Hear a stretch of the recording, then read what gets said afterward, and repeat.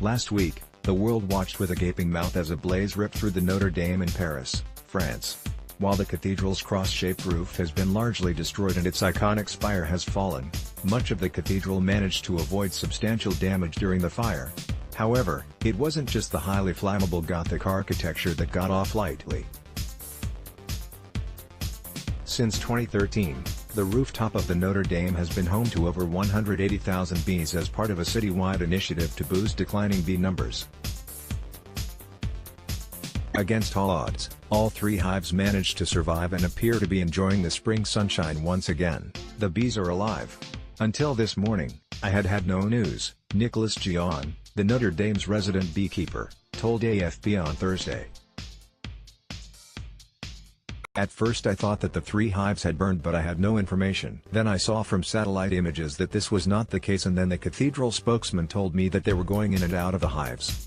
As you can see from the drone images of the cathedral roof, the hives were a reasonable distance from the main fire. However, the bees would have still been blown of smoke. Bees do not have lungs, so they cannot die from smoke inhalation.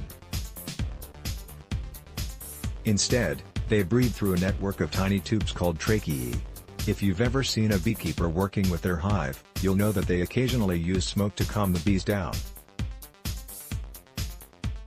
Bees mainly communicate through smell and pheromones.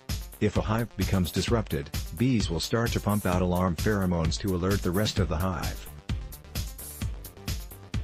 However, smoke helps to mask the pheromones and dampen the sensitivity of the bees' antennae. So, when the fire hit on the evening of April 15th in the Notre Dame Cathedral, the rooftop bees did not abandon their hives and instead became pacified by the billows of smoke. Instead of killing them, the CO2 from smoke makes them drunk, puts them to sleep, added Gion, speaking to the Associated Press. When bees sense fire, they gorge themselves on honey and stay to protect their queen, who doesn't move. I saw how big the flames were, so I immediately thought it was going to kill the bees, even though they were 30 meters,